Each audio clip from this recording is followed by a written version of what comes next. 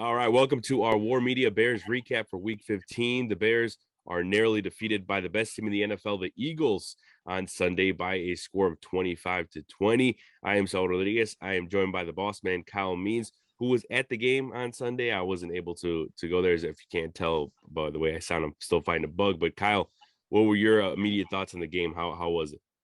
Well, first, Saul, I appreciate you working under the weather, man.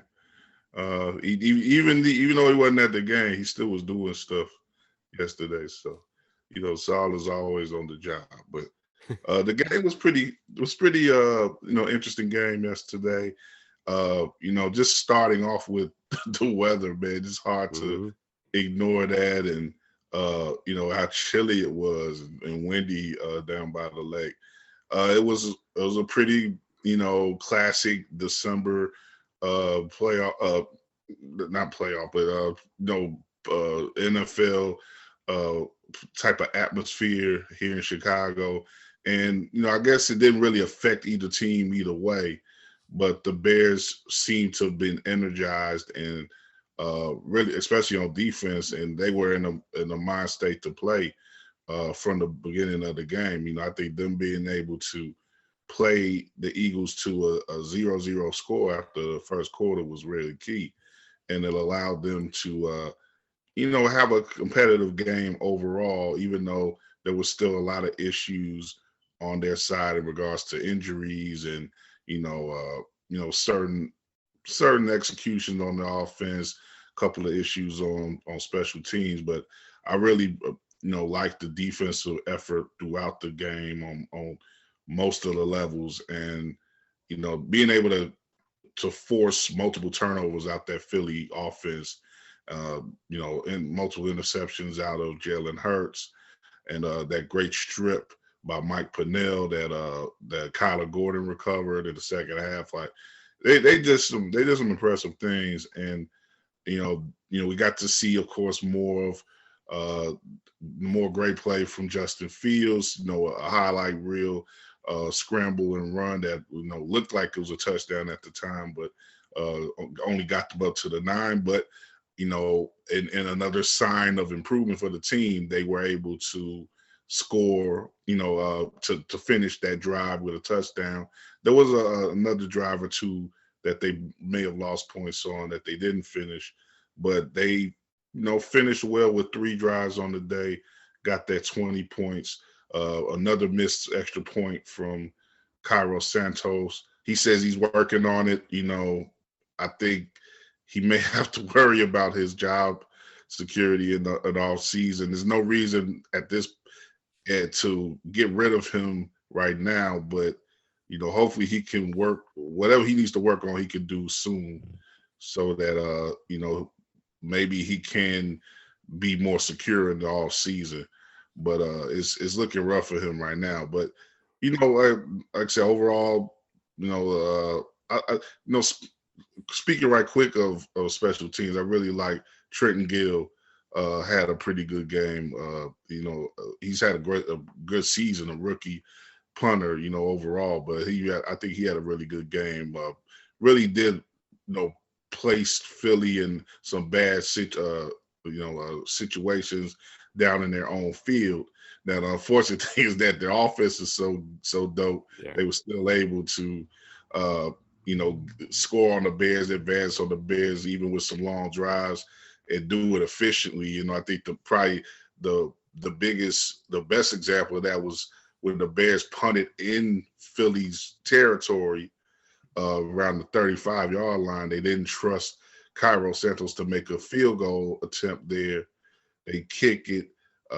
Gill, pins them down, and within their own 10-yard line, they go ahead with a 91-yard drive and score to advance their lead to gain the lead 10-6 after the Bears had made it a 6-3 game early in the second quarter. So that sort of cut the Bears off at the knees a little bit in that second quarter, where it looked like they had a chance to really gain control of the game. Philly scores there right before the half. They come right back out after halftime and scored the first drive of the third quarter. That made it a 17-6 game at that point, and that was a little bit too much of a hole for the Bears to get out of. But they still fought throughout the rest of that game.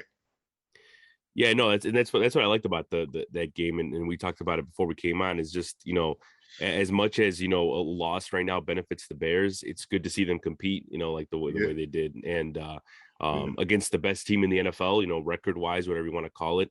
And we'll get into what the Eagles actually are a little later, but more on just the Bears offense with Justin Fields, and he broke the Bears single season rushing record for quarterback set by Bobby Douglas in 1972.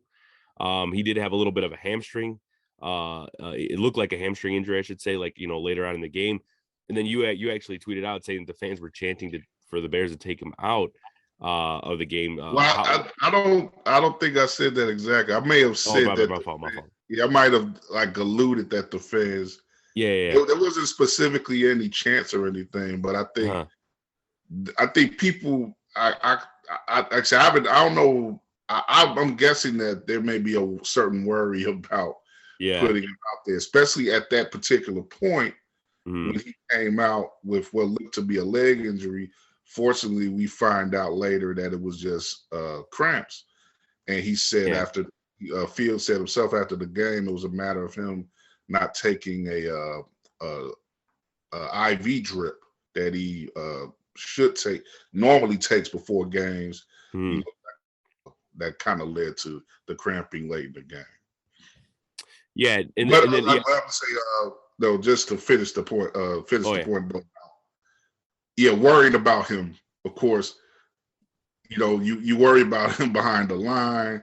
There was some issues, up the middle and on the right side with the blocking throughout the game, and Philly took advantage of that. Especially Hassan Reddick was abusing, whoever was on that right side, whether it was Alex Leatherwood or if he was messing with a tight end at any point. Like he's just too good of a guy to block. And there was a lot of one-on-one. What you make some great points with their defense, and to correct myself, the tweet you said it was chorus of calls for Justin to come out getting louder. Think I may join them, and I think what you meant just to clear it up. I was speaking more towards what people say online on Twitter. I was gonna say not necessarily, not at the game. Yeah, and it makes sense because I mean a lot of fans have been saying for weeks, especially with how much beating he's been taking that he should be taken out of the game. And it's nasty. I mean, three different guys on the three different defensive players in the Eagles having sacks there. Josh Sweat, and you mentioned Hassan Reddick and Javon Hargrave. So it was an onslaught, and it could have been worse. But definitely. Overall, I mean, the Bears were just the way they competed with the Eagles was good to see. The Bears, it's not going to get much easier next week. I mean, when you got the Bills coming into town, and it's a Saturday game, a Christmas Eve game, and it's going to snow a lot. That's to say the least. Right, that might be even better for Buffalo too. They like that stuff. So yeah, that's what I was saying, because I know I was talking to some friends about it, like, how do you think it's going to work or whatever, and I'm like, no, it'll be fine. I mean, the Bills are a team just like the Bears are used to the snow. I guess it just depends on how much is going to fall there, but it's gonna be interesting nonetheless. But kind of shifting more to the Eagles. And they're 13-1, the best team in the NFL record wise, like I said before. And what were your observations, or did you see anything? Because obviously this is the first time this year you saw them in person. But what did you see from them overall? I think a lot of people, they question whether they are contenders for the Super Bowl, or are they just pretenders because of their schedule. Like people, they've beaten teams like the Commanders and just. Going through their schedule, you look at it and you're kind of like, are they really, the team to beat in the NFL? Well, what is your stance on that? And what did you see on Sunday against the Bears? Yeah, I would say as of now, it's particularly the NFC, they're the team to beat. And really, they're the most complete team, probably the deepest team in the NFC, especially on offense. They You know, they got a lot of weapons. They're, you know, their two top receivers are pretty much it's very similar to what Miami had when, you know, when we saw them in person earlier this season with Waddle and Tyreek Hill. They got two guys who you really can't guard one on one, and you know, if you put too much attention on one side, the other guy's really gonna likely you know, make you pay. And that kind of happened in this game where, you know, Devontae Smith kind of in the first half took care of things while AJ Brown was sort of feeling his way around Jalen Johnson. Jalen Johnson actually had a pretty good game overall against AJ Brown, even though AJ Brown Mm-hmm. had a strong finish to the game and, you know, pretty much had his usual big numbers by the end of the game. You know, I think Jalen Johnson really you know, really did well in one-on-one coverage with him. And, you know, AJ Brown has spoke to that online. If you look at him on Twitter today, he gave some props to Jalen, and they had a little exchange that was pretty cool to see. But you know, like I say, both of those guys are just really nasty on the outside. And then, you know, you have a Miles Sanders in the mix. He didn't even really have a good game against the Bears. Mm-hmm. But on any given Sunday, you know, of course, he's liable to do some things as well. So I mean, they're a veteran team. They, like I say, they have the depth. Their line play is incredible on both sides, offense and defense. They control the line of scrimmage well. You know, it's really going to be hard to see anybody physically intimidate this team in the postseason. And then with them having home field advantage, you know, it looks to be the case. They're going to run away with that. It's going to be hard for anybody to come into Philly next month and really and you know, have the type of all around effort that's going to take to knock them off. I would say, you know, we'll get into the playoff hunting in weeks to come, but you know, looking at the whole NFC right now, I think the only team that may be able to physically match them will probably be the 49ers right now. And you know, mentally and physically match them, that's probably the only team I could see right now who could do that. But it's still time, and there's still teams that, teams can emerge in the last weeks of the season and have good runs, and you know, we'll see. But right now, I will put Philly above everybody, definitely in the NFC.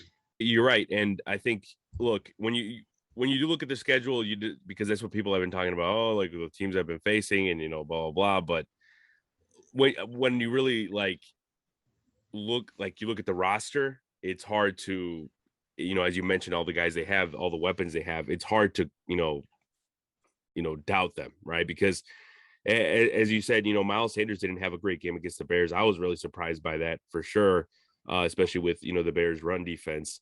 But Yeah. AJ Brown, just the amount of weapons they have is just Devontae Smith, who could very well be like a number one on another team, Yeah. and so it's definitely good. And I think what another thing too is, I think these last few weeks, if they don't have Hurts, because obviously he had a shoulder injury, might not play for the rest of the regular season.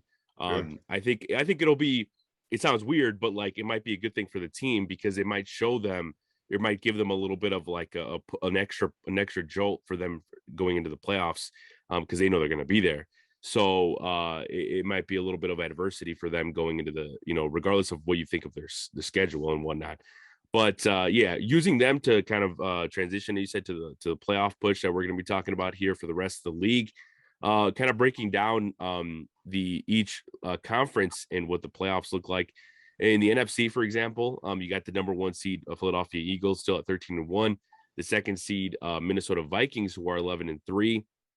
The number 3 San Francisco 49ers at 10-4. And then number 4, you have the Tampa Bay Buccaneers still there. Tom Brady's still kicking 6-8.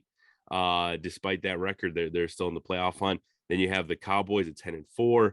And then number 6, the 8-5 New York Giants. And then still, fighting there as well. Number 7 is Washington Commanders. So it's going to be it's going to be a real battle late in the season, and we'll kind of take it from there. Talking about the Colts and the Vikings game that happened on Sunday with the biggest comeback. Excuse me, that was Saturday actually, but the biggest comeback in NFL history happened. With the Vikings being down 33-0 to Matt Ryan and the Colts, and they were able to come back on that. What did you think about that? And then also, it does look like, as you said before, it does look like the Eagles are going to take the 1 seed, but the Vikings are still hanging around in general, right? Yeah, I mean that was a pretty cool way to get this weekend going. That Mm-hmm. that was the noon game on Saturday, and usually when they have these Saturday games late in the season, you don't expect too much of them, but that was a historical game. Like I say, the biggest comeback ever in league history, and I was having fun, man, clowning Minnesota, man, when they they fell behind. I was hoping that that's how it's going to play out the rest of the way, but those Colts, man, they got issues, and they just couldn't hold it up. And maybe there's something about Matt Ryan, man, just having the worst, the biggest comeback in Super Bowl history and the biggest comeback in league history now attached to him, man. I feel kind of bad for him, but it shows a lot of heart that Minnesota has in their ability to score on anybody with their offensive weapons. They threw it big time in the second half with Jefferson and Thielen, and Dalvin Cook. They could score on anybody at any time. So I think it speaks a lot to how they're probably going to have to get through these last weeks and into the playoffs. Defensively, they're not as stout as they've been in recent years past. So they're going to have to get out in front of the team, like I say, have control of the ball against teams. They didn't do that early on against Indy, but they were able to overcome that because Indy is a team that's lacking right now. But like I said, against better teams in the playoffs, they're going to want to handle their business earlier in the game. Yeah, and as you mentioned, with Matt Ryan being involved in the comebacks and stuff, and it's an interview I saw from I don't know when it was, but they asked him about how often do they mention the 20 the Super Bowl comeback, I should say, against the Patriots. Yeah. And he said that like once a week. He said every time they go to a game, some fans. He said some unoriginal fan will say something. I'm like, imagine after this one now, jeez. But kind of another NFC matchup was the Commanders and Giants. They had that battle on Sunday Night Football, and it ended in controversy because they had that last play that Taylor Heineke threw over. I believe it was they lined up. It was a play. It was on. They had Curtis Samuel on the right. And he thought he was at line of scrimmage, or he was asking the ref at his line of scrimmage, and it looked like the ref said, you're good, like twice. And then of course, Brian Robinson ran in for the touchdown, and they called a flag on an illegal formation on the Commanders there. And then on the last play, when the fourth down play when he threw, I believe that one was also to Curtis Samuel. I may be wrong on that, but he threw over, and it was clearly pass interference, on the Giants, but they didn't call it there. So yeah, what did you think about that? And obviously that is a big game for both those teams that had the same record going in. I believe there were 7, 5-1. So yeah, what did you think about that game and the ending? Yeah, well, I did. The Giants actually are 8-5-1. Yeah, they're 8-5-1 now. Yeah. Leaving that game, and Commanders are 7-6-1. So yeah, they're occupying those last two spots in the NFC. So yeah, like you say, it's a big game. It was a big game, and the Giants leave that game a little bit more comfortable in their spot, than definitely the Commanders are, because you got Seattle and Detroit, really on the hunt right next to them, right behind them, like half a game or so, because they're both 7-7. So yeah, Washington got a raw deal. It looks like, uh, you know, if you're a receiver in that position, with the first call, you you can do that where you can check up with the ref. And I guess, because he ended up, the refs kind of sent them off, I Mm-hmm. guess. So, the ref was like, yeah, you're good, but in the end he wasn't good, or they were lying to him. I don't know. But that's like I said, it's a raw deal that they have to take that penalty in the first place, and then you have the missed call after that. So, that's the game though, man. Sometimes you get those calls and they don't go your way. And it's always a judgment thing that's involved with the pass interference. So, hopefully they could get over that and it won't be the ruination of their season. But, they still got to play the game. And the Giants, I think, played a good game yesterday, and enough to, be in position to have the lead late in the game. And they're a tough team, but Washington got some heart too. So I wouldn't mind seeing either one of those teams in the postseason. Yeah, and it was also just a great battle between two running backs with Brian Robinson, Jr. going off and Saquon Barkley. It was cool to see those guys go back, back and forth. But also another matchup that was pretty interesting was the Lions and the Jets. The Lions able to come out with a win, 20-17. And once again, continuing in that win streak and continuing to push that, themselves into the playoff conversation. I mean, their offense just continues to run on all cylinders and continues to, cause havoc. And Zach Wilson started again for the Jets, and it just wasn't, he went 18 for 35, 317 yards, but it wasn't enough for the Jets. What did, first of all, what do you think about the Lions as we sit here? They're 7-7, with a good opportunity to make the postseason, and just overall. The Lions, man, I surprisingly have, I feel pretty decent about the Lions. Usually I look down on the Lions. I try to, as a Bears fan, because it's Mm-hmm. like, when the Bears are bad, usually they're worse. But Yeah. they're actually doing good this year.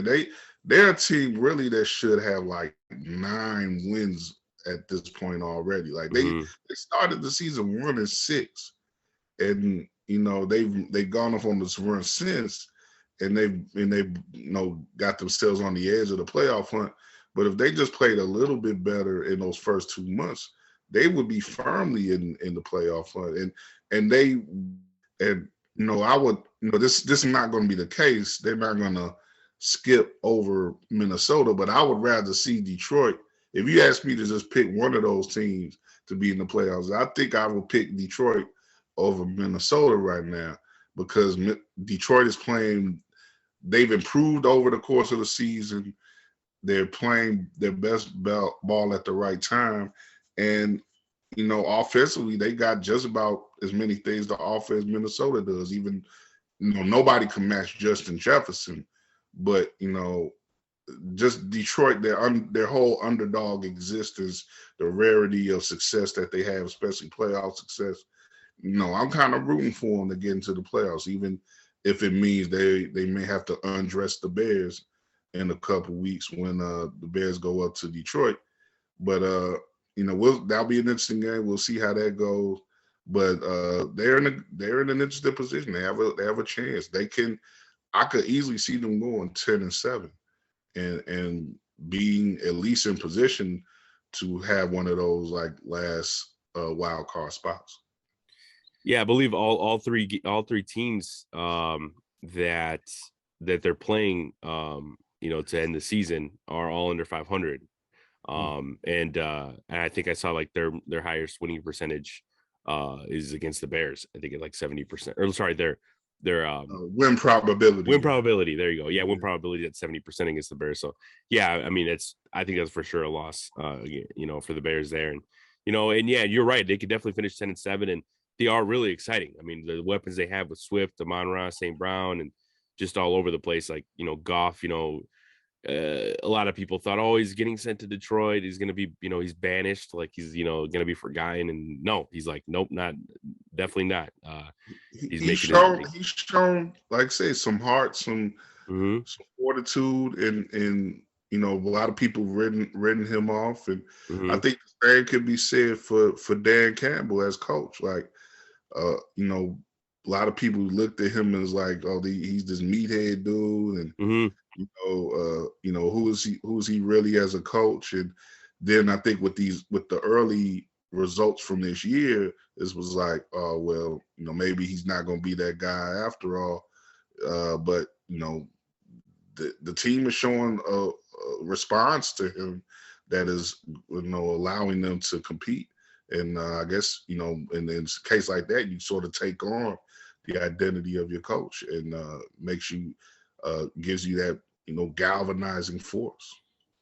Yeah, and it's what I've heard in multiple interviews. Like they ask them, oh, what's going on with the team, and like how are you, basically like how are you guys doing this? And like they always say like they take, they're basically taking shape of like what Dan Campbell is as a coach. They go by his word, and he said that they said that he hasn't changed his attitude, whether they were 1-7 or now 7-7. So yeah, it's pretty good on them. Hopefully, they're able to pull it out. Another matchup that I thought was interesting was the Cowboys and Jaguars.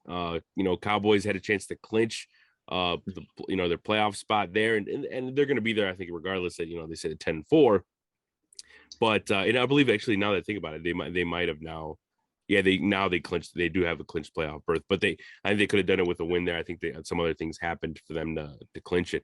But being at 10-4, they lost to the Jaguars there. What are your overall thoughts on the Cowboys? And do they have, as much as like the league looks wide open to me in a lot of ways? You still obviously have the and we'll talk a little bit about the Chiefs and the Bills and all that.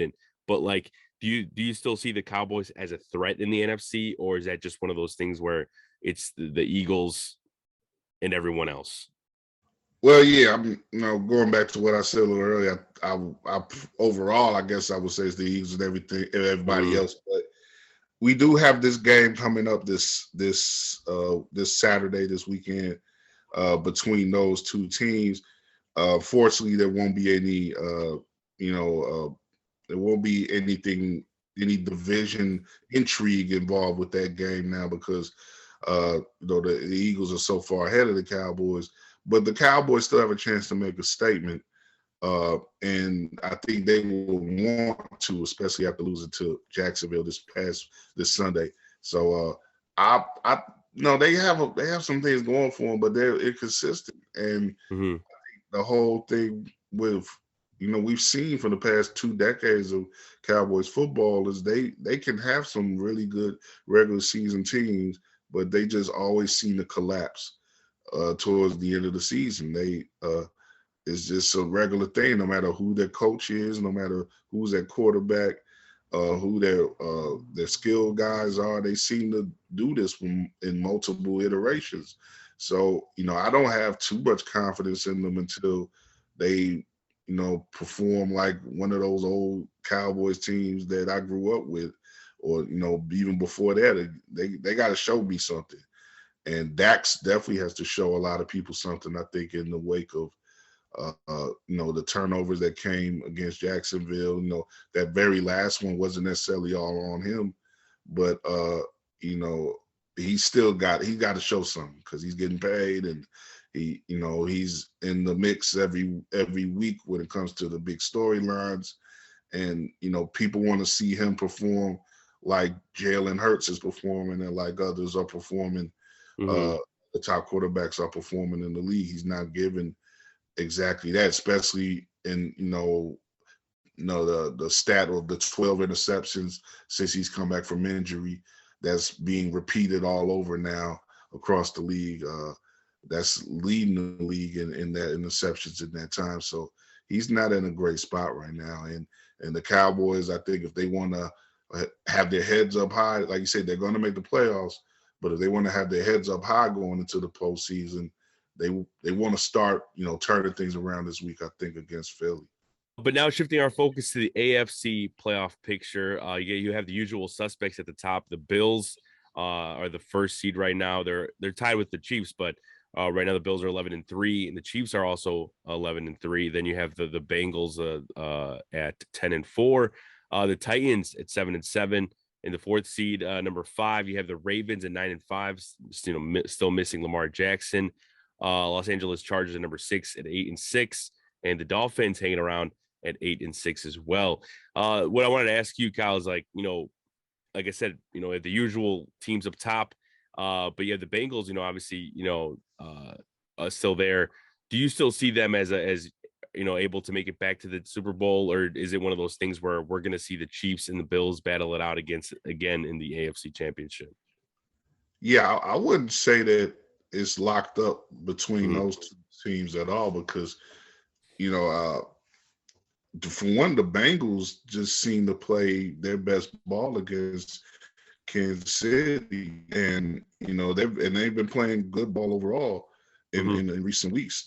They go out and they fell behind Tampa Bay last night and wound up having a big second half coming back there and kind of winning that game going away against Tampa Bay. So they find ways to win. They're another team that just is strapped up offensively and got great multiple weapons, and they got a quarterback that they believe in. So given what they were able to do last year, I think they're a little better, a little more mature this year, and they're coming to it. I think they're going to come into this postseason stronger than they came into the last one, and so off of that alone, I think I I would definitely say that it's a top three and probably everybody else in the AFC. No, yeah, for sure. And I think also the fact that, the way they started the season at 2-3, and then, a lot of people doubting them. Yeah, I think also kind of built them up for this season, obviously they got on that win streak, and even that having Jamar Chase for a little bit too, was able to help them, kind of find other outlets, and they Hurst has had a great season for as much as he's played. I know he's out right now, but he's been a good asset to them.